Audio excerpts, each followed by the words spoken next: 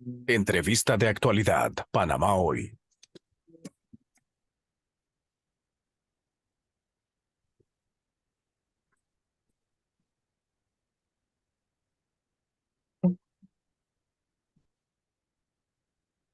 Bien, y hasta ahora vamos a conversar con el diputado Leandro Ávila y un tema que siempre es de interés nacional y bueno, en los últimos meses ha estado siendo retomado por la Asamblea. Diputado, buenos días, bienvenido a Radio Panamá. Extinción de dominio. Ayer entiendo que la Asamblea realizó un conversatorio, era diputado, para ir estableciendo los criterios bajo los que se pueda discutir esta ley. Sí, muy buenos días a todos los oyentes de Radio Panamá, que sé muy bien que esta emisora llega a todos los rincones del país.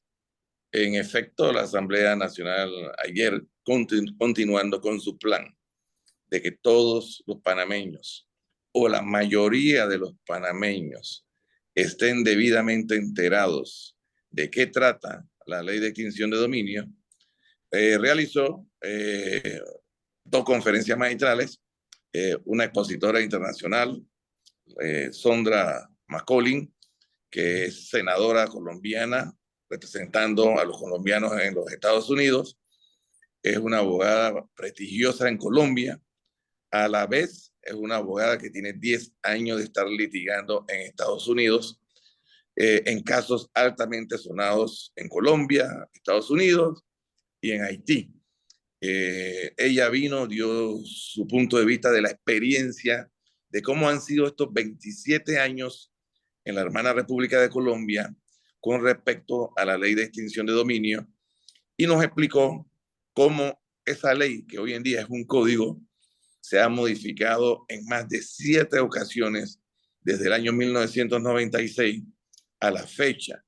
Nos explicó de los errores que no deberíamos cometer los panameños y nunca se negó a que Panamá tenga una ley o un procedimiento parecido en materia de extinción de dominio que sea beneficioso para combatir el narcotráfico, la trata de personas, el terrorismo y el tráfico de armas internacionales. Luego entonces viene una expositora panameña, la licenciada Egna Ramos Chue, quien también dio sus preocupaciones y la Asamblea tiene la responsabilidad de que más panameños se enteren de la misma. Dicho esto, luego de las conferencias, se ha querido desvirtuar, se ha atacado duramente a las expositoras. Este país, alguna gente, cada vez que se trata de las mujeres, la ven como un punto débil de ataque, pero nosotros en la Asamblea nos sentimos satisfechos porque contribuyeron a darle luz a muchos ciudadanos que pudieron seguir estas conferencias a través de la televisión y a través de las redes sociales que tiene la Asamblea Nacional. Es que eso le iba a preguntar, porque al final lo que se presentó sobre esta abogada es que literalmente estaba representando los intereses de los criminales. Y no Bueno, necesariamente. el que lo quiera ver de esa manera, yo creo que una persona como abogada, ella y cualquier otro abogado, decide a quién defender. Pero yo nunca la vi defender los intereses de los criminales. Yo lo que escuché, por ejemplo, es que en Colombia hay una cantidad enorme de procesos que iniciaron hace 23 años y en donde la gente ha apelado a estos procesos y en 27 años solamente hay una condena en firme. Yo lo que escuché es que si este proceso no se lleva bien manejado, se presta para una nueva forma de corrupción en donde ella explica que en Colombia, por ejemplo, le han quitado apartamentos a gente que no tiene ningún vínculo con ningún delito, pero puso un ejemplo de una persona que heredó, una señora, hace 40 años su vivienda, pero como el hijo era delincuente, cuando van a lanzar al hijo en lo patrimonial, el hijo no tiene nada, pero como la señora es la mamá del delincuente, una señora que heredó su casa hace 40 años, está desprotegida de su propiedad. Explicó también cómo cuando le quitan los apartamentos a los supuestos delincuentes o a los delincuentes, como usted lo quiera poner, resulta ser que se benefician de comprarlos sumamente baratos. Son los hijos de los políticos o los hijos de los fiscales o la gente de poder en Colombia. sacrificando a cientos de personas. Entonces, en Panamá, lo que se quisiera es que sí haya una ley, llámese extinción de dominio, o usemos el procedimiento de confiscación que tienen los norteamericanos, que para mí es el mejor. ¿Por qué? Porque en el sentido de que en Colombia, que en los Estados Unidos, si usted lo atrapa cometiendo un ilícito, usted pasa por un proceso de ir a un juicio y si usted es condenado, entonces le comisan su propiedad. Eso me parece mucho más justo que venga una sola persona que no sabemos quién es y que diga que fulanito, su vecino me dijo que al parecer usted es narcotraficante o que al parecer usted es blanqueador de dinero y de manera sumaria vengan y le quiten su propiedad sin que usted inclusive pueda defenderse en el proceso inicial. Miren, para la Asamblea sería muy sencillo aprobar esta ley como llegó, pero estoy seguro que al cabo de 3, 4, 5 o 10 años, los panameños estuvieran reclamando quiénes fueron los irresponsables que aprobaron esa ley sin tomar los controles necesarios para que esto no se convierta en una forma de quitarle la propiedad a los panameños porque alguien se antojó de la finca que tú tienes o del apartamento que tú tienes o que alguien te acusó sin pruebas. Entonces, nosotros no vamos a hacer eso de esa manera. Estamos haciendo la docencia necesaria, la consulta necesaria para adaptar esta ley a Panamá. Pero por otro lado, Sí. se ha demostrado que en los países que se ha aplicado, nada ha cambiado. Tenemos, por ejemplo, México, que tiene extinción de dominio.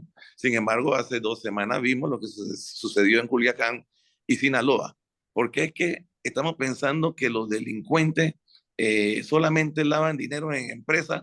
No, los delincuentes del mundo organizado de la delincuencia tienen caletos de dinero en efectivo. ¿O usted está pensando que esa gente en México que enfrentó al ejército mexicano lo meten en una planilla y le dan un cheque? No, le pagan en efectivo. Entonces, sí tenemos que tener leyes en efecto para combatir esto como la tenemos ya en Panamá y si podemos reforzar, se hace, pero no con la presión que se le ha querido meter a la Asamblea, que de la noche a la mañana apruebe este código tal cual como llegó. Inclusive, yo puse en el cierre del evento ayer como ejemplo que recientemente la señora presidenta de la Corte Suprema de Justicia, la magistrada María Eugenia, presentó un proyecto del Código Civil Procesal.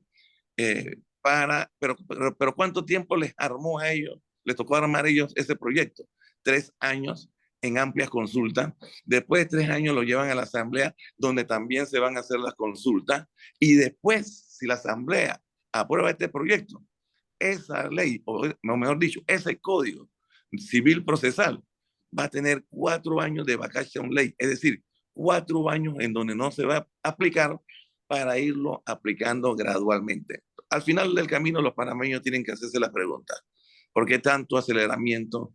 ¿Por qué tanta presión del Ministerio de Seguridad con un tema? ¿Es incapaz de las autoridades panameñas de combatir el narcotráfico? ¿Qué hace el Estado panameño con los bienes reposeídos? Están todos perdiéndose ahí en el mes. Algunos carros los usan políticos o personalidades de los carros de otras personas. Aquí la Asamblea no está defendiendo un delincuente. Aquí la Asamblea está tratando de que si hacemos la ley, sea lo mejor posible para el país, tomando en cuenta también que nosotros necesitamos la inversión extranjera y si aquí un extranjero va a venir a invertir y usted me tiene una ley como esa, como que cualquier persona de la noche a la mañana puede incautarme mi dinero o puede incautarme mi propiedad, no señor, yo no voy a invertir aquí, mejor me voy para otros lugares. Me gustaría ahondar un poco en lo que hablaba y era la siguiente pregunta, porque al final, hasta hace pocos días vimos que en Colombia se hablaba de una firma de paz con un grupo de la guerrilla. O sea, al final, esta ley en los países que se ha implementado ha erradicado, porque a mí me da la impresión de que es lo que se habla, escuchaba al señor Jaime Abad, de que los delincuentes viven si ustedes se ponen en la cinta costera, se colocan en la cinta costera, ve las luces, ve todo que se está el narcotráfico, pero la pregunta mía, ¿ha acabado esto en los países donde se ha implementado con el crimen? Bueno, mire, yo le digo que yo le tengo una consideración especial al licenciado Jaime Abad. Yo lo veo como un luchador social, pero ayer Claro. fue la mano porque primero dijo que todos los que estaban en el salón, Titi Alvarado, escuchando la conferencia, probablemente habían algunos que tenían vínculo con el narcotráfico y que estaban ahí para espiar y decirle a los narcotraficantes. A mí me parece es una irresponsabilidad. Segundo, prácticamente le ha dicho a toda la gente que vive en Paitilla que todas sus propiedades son adquiridas de manera ilícita, porque si se prenden la luz o no se prenden la luz de noche, es que se adquirieron de manera ilícita. O sea, me parece que se le fue la mano. Yo creo que lo importante aquí no es estar descalificando a nadie, lo importante aquí es que podamos tener una ley que sea funcional y que no se convierta en un instrumento también de persecución política, ¿ve? Y que no se convierta en un instrumento en donde de la noche a la mañana alguien se antojó de tu propiedad y vienen y te la quitan y después se la venden. Si tu propiedad valía $100,000, se la venden a alguien en 20,000 que quisieron ayudar. O sea, si usted me dice a mí que usted está de acuerdo con que se hagan las cosas así, hombre, yo llevo ese proyecto de ley a la Asamblea, lo discutimos de una vez, sin leerlo siquiera en la Comisión de Gobierno, y que pase al Pleno y que los diputados lo aprueben, y después, cuando veamos las consecuencias de lo que hemos hecho, ¿a quién le vamos a echar la culpa? Sin duda, aquí el patito feo de la película siempre lo será la Asamblea. La ventaja que yo tengo es que aquí en este país nadie me puede vincular a ninguna organización criminal, ni al narcotráfico, ni a nada que tenga que ver con actos ilícitos. Eso me permite a mí poder tener la capacidad de tener una amplia discusión sin intereses personales e individuales en el marco de lo que es esta ley. Oiga, pero es que yo escuchaba y sí, se ha entendido como que la Asamblea está tratando de proteger los intereses del crimen organizado. Hoy Bueno, hay una le información. hago una, le hago una pregunta. Yo sé que usted es el entrevistador. Yo le hago una No, no, pregunta. ¿Usted leyó esa ley? Mucha gente aquí está opinando sí, sobre la sin haberla leído. Ojalá la leyeran, ¿verdad? no, yo, Ojalá la leyeran para que entendieran de qué trata eso. yo la he leído por pedacitos. Si le Bueno, miento, si digo que la leí tal cual, bueno, pero escucho ambas partes porque aquí le hemos dado espacio. Usted sabe que le hemos dado espacio también al, claro. al sector general.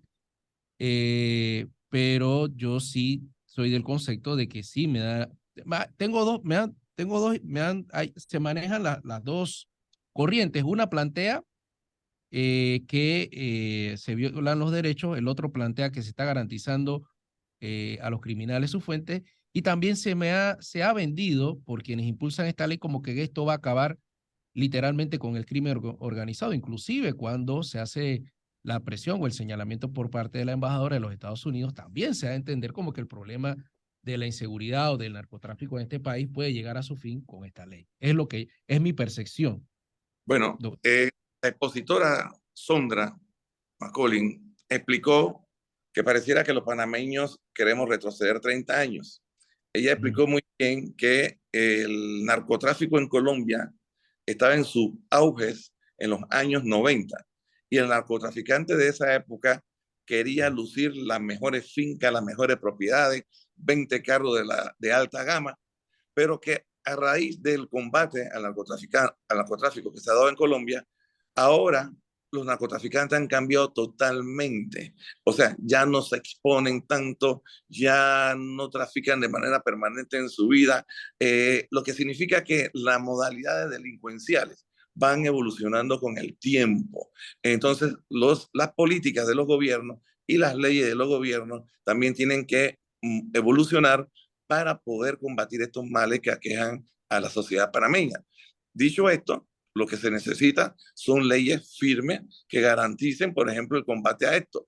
Panamá ya tiene el comiso. Si Panamá agarra un carro con droga, ese carro inmediatamente queda decomisado. Si Panamá encuentra en una vivienda que hay un caleto de droga, esa vivienda, el gobierno puede tener toda la capacidad para decomisarla de manera inmediata. Nosotros tenemos bastantes leyes.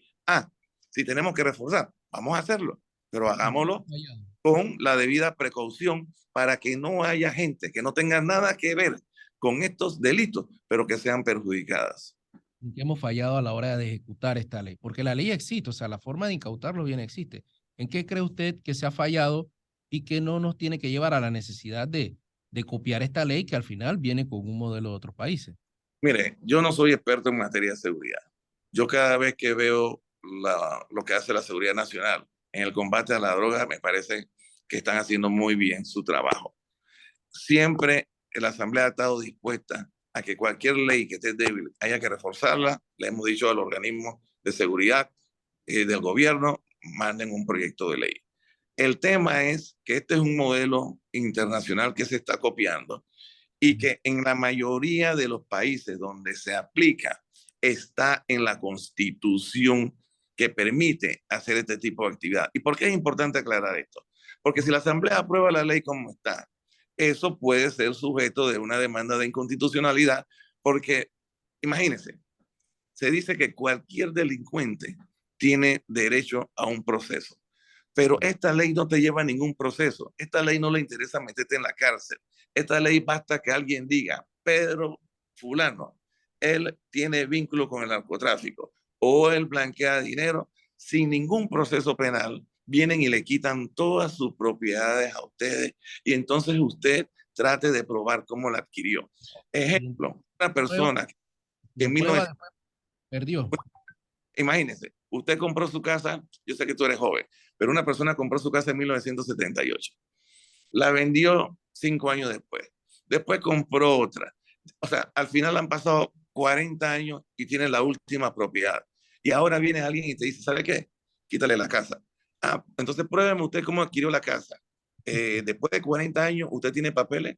Después de 40 años, ¿usted se acuerda en cuántos bancos financió? O sea, ese es el problema de esto, que hay que hacer las cosas bien para que sí sea para combatir el delito, pero no para hacerle la vida imposible a los panameños. Imagínense, me cuentan personas de mucha edad que si se aprueba esa ley como está, dice que alguien en su lecho de muerte le decía, oye, cuídame a mi familia. Bueno, ya no se va a poder cuidar a la familia, porque aunque usted esté muerto, puede venir alguien 15, 20 años después y dice, Pedro, que murió hace tiempo, él hizo esto y esto y esto. Así que las casas que heredaron sus hijos, te las confiscan. ¿Usted cree que eso es correcto? Bueno, No. yo no voy a hacer ni atacar lo que presentó el Ministerio de Seguridad. Lo que yo sí voy a hacer es que las cosas se hagan lo mejor posible. ¿Ustedes invitaron al Ministerio de Seguridad al conversatorio ayer? Mire, la verdad que yo no manejo esos aspectos. Porque hoy hay uno del Ministerio de Seguridad. ¿No lo han invitado? Yo sí sé que había gente del gobierno, yo sí sé que había gente de algunas embajadas, pero nuestra preocupación no era convencer al Ministerio de Seguridad. El Ministerio de Seguridad tiene una línea que no mira para ningún lado más que decir esto es lo que le conviene al país. El Ministerio de Seguridad tiene que revisarse en cuanto a la irresponsabilidad que cometieron de presentar un proyecto de ley que originalmente era inconstitucional por todos lados. La idea era ponerle la pelota y la cazabobo a la Asamblea para ver si la Asamblea lo aprobaba así, y al final si lo aprobaba así, éramos culpables.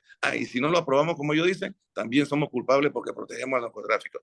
Reitero, ni en mi vida he consumido ni un gramo de droga de nada, ni siquiera tengo vínculo con nadie que ande en actividades ilícitas, por eso entonces me siento con la autoridad suficiente para discutir esta ley en buena ley y que salga algo al estilo panameño y que no choque con la Constitución. Porque si usted revisa México, ellos lo tienen en la Constitución. Si usted revisa Colombia, lo tienen en la Constitución. Usted revisa otros países, lo tienen en la Constitución. Ahora quieren que nosotros hagamos algo al margen de la Constitución para después echarle la culpa a la Asamblea. Diputado, hoy hay un conversatorio en el Ministerio de Seguridad. ¿Los invitaron? ¿Invitaron a alguien de la Asamblea? No. Sí, nosotros estamos invitados, pero como lo dijo el mismo ministro de Seguridad, él se contradice. Él dice que hasta cuándo seminario y por qué él sigue haciendo seminario si se supone que ya todo está bien, de acuerdo a él. O sea, me parece que sigan haciendo el seminario. Sí. La Asamblea verá si manda representantes. Oiga, diputado, y para finalizar, no lo puedo dejar ir sin hablar un poco de política. No, lo de política lo dejo para el final. ¿Qué está ocurriendo con los funcionarios, diputado? Ayer se citó al director del Seguro, dejó plantada la Comisión de Salud, no ha ido el ministro de Comercio, no ha ido el director de la AMP. ¿Qué está ocurriendo? Creo que el único que ha ido el ministro. ¿Qué está ocurriendo que los funcionarios en estos últimos días no están atendiendo la citación de la Asamblea? Mira, a mí me parece que es una falta grave el no querer rendir cuenta ante la Asamblea Nacional. Cuando se cita a un ministro o un director de la Caja de Seguro Social, es para que él pueda explicarle al país la situación. En este caso, la Asamblea había citado al ministro de Comercio y al de Ambiente para el tema minero, La Asamblea al final del camino tiene que aprobar el contrato de ley de la Nación con esta minera si el Ejecutivo lo aprueba, pero sería bueno que ellos hubiesen aprovechado ese canal que da la Asamblea para que le expliquen a todos los panameños cuáles son las dificultades que han tenido en el marco de la negociación. No quisieron, no han concurrido. El director de la caja, entiendo que ha sido citado hace rato, no ha querido concurrir. Entonces, eso nos dice que no quiere haber rendición de cuentas, ¿no? Y ellos solo sabrán. No hay una correlación entre ambos poderes del Estado, entre ambos órganos, ejecutivo y legislativo. Ustedes tienen una función de fiscalización que no han podido llevar a cabo porque no los atienden. Bueno, yo no tengo la respuesta. Yo sé que constitucionalmente tenemos el derecho a la citación. El por qué no acuden ellos, que se lo expliquen al país. Eso es importante. Diputado, hablando un poco de política, ya arranca lo interno del PRD, Cristiano Adames, se habla del vicepresidente. ¿Cómo ve usted el escenario? ¿Hay imposición de candidatos o hay un manejo democrático al interno del colectivo? Mire, desde mi año que tengo de estar en el PRD primero es un partido revolucionario democrático. En el PRD nadie le puede prohibir nada a nadie. Por eso yo digo que cuantos candidatos presidenciales hayan, ese es el PRD. En ese sentido, a mí no me preocupa. El señor vicepresidente, si lo decide y se postula, bienvenido al ruedo. El compañero Cristiano Adames ha tomado una decisión que ya la ha hecho pública, bienvenido al ruedo. Se hablan de otros candidatos y todavía hay muchos candidatos que ni siquiera se mencionan, que yo le llamo los candidatos eternos, que siempre participan para decir yo estoy aquí. Al final de esto, esa es la democracia del partido. Son los 730,000 miembros del PRD los que decidirán quién va a ser nuestro abanderado en el año 2024. Así que yo aplaudo la participación de todo el mundo. Diputado, ¿usted ya tomó alguna decisión? ¿Está en alguna esquina? ¿Está en la esquina del vicepresidente? ¿En la esquina de Cristiano? ¿En la de Martín Torrijos? ¿Cuál es su posición? Yo estoy en la esquina del PRD. O sea, esto es un tema que apenas empieza. Todavía no tenemos una sola postulación en firme. O sea, yo no voy a decir voy a apoyar a Juan y después Juan no se inscribe, ¿no? Entonces nosotros tenemos que esperar que hayan las postulaciones en firme y como siempre entonces tomaremos nuestra decisión basado en lo que mejor le conviene al partido. Pero en este momento lo que hay son aspiraciones y aspiraciones y aspiraciones. Entonces yo vengo y le digo a usted, voy con fulano y resulta ser que fulano no se inscribió. Ya entonces empecé con el pie izquierdo en la política. Oiga, y finalizando ya la última, ¿cree usted que una vez se defina la figura tendrán opciones de reelección? Mire, le voy a decir que sí, porque por más que ataquen al gobierno y al partido, hay algo que los panameños no podremos olvidar y que todavía está en el debate. Es que pasó a 3 meses de estar el presidente Nito en el gobierno, una pandemia mundial que nos cambió la vida al mundo entero y a todos los panameños, que afectó a miles de panameños en empleo, pero eso no es culpa del gobierno. El gobierno lo que sí hizo fue proteger la salud de los panameños, conseguir las vacunas necesarias, cerrar el país prácticamente por 2 días para salvar vidas. Y hoy en día, cuando usted ve, después de la apertura que se ha hecho, la economía está pujante. Todos los eventos que se hagan se llenan. Si usted quiere ir para Taboga, por ejemplo, si usted no tiene boleto comprado ya, usted no puede ir para Taboga este fin de semana. Todas las ferias se están llenando, pero tenemos un pequeño problema que no lo puede resolver el gobierno. Es que el gobierno ha mantenido la empleomanía, aún en los 2 años cerrados.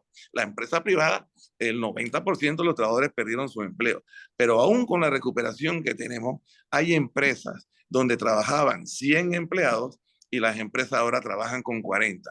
Esas mismas empresas donde trabajan 40, si usted ganaba $2,000, lo llamaron a trabajar y le dijeron, ya no te puedo pagar $2,000, te voy a pagar 1,000.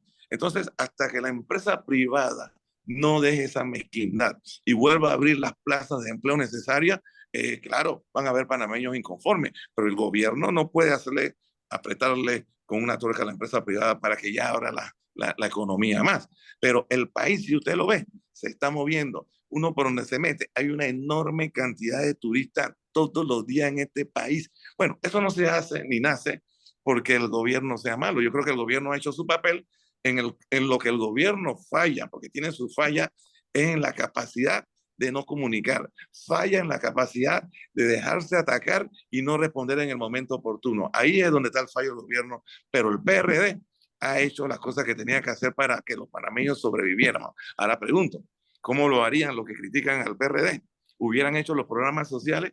Bueno, hay que verlo porque lo que no se puede ver, lo que no podemos ver, quizás lo podamos imaginar, pero creo que hemos hecho nuestro esfuerzo, aún con una economía deteriorada, y no la de Panamá solamente, la del mundo. Oiga, se me pasaba porque me habló de oposición y en estos últimos días aquí entrevistamos a todo el mundo, ¿eh?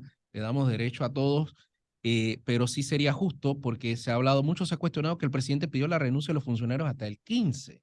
No ha pasado. ¿Qué ocurrió? La ley le permite ir de su cargo, se equivocó el presidente, no le hace caso al presidente. La ley le permite, creo que, quedarse hasta finales de febrero. Ajá. Pero si el presidente dio una orden, así se debió entender. Ahora bien, yo no me meto en eso porque yo no soy parte del Ejecutivo. Yo respeto la separación de poderes. Ok. Gracias al diputado Leandro Ávila del PRD por compartir con nosotros este tema de extinción de dominio y, por supuesto, el balance político que realiza de lo que ocurre a lo interno también del PRD. Gracias, diputado. Que tenga muy buenos días. Gracias a usted. Saludos. 8:20.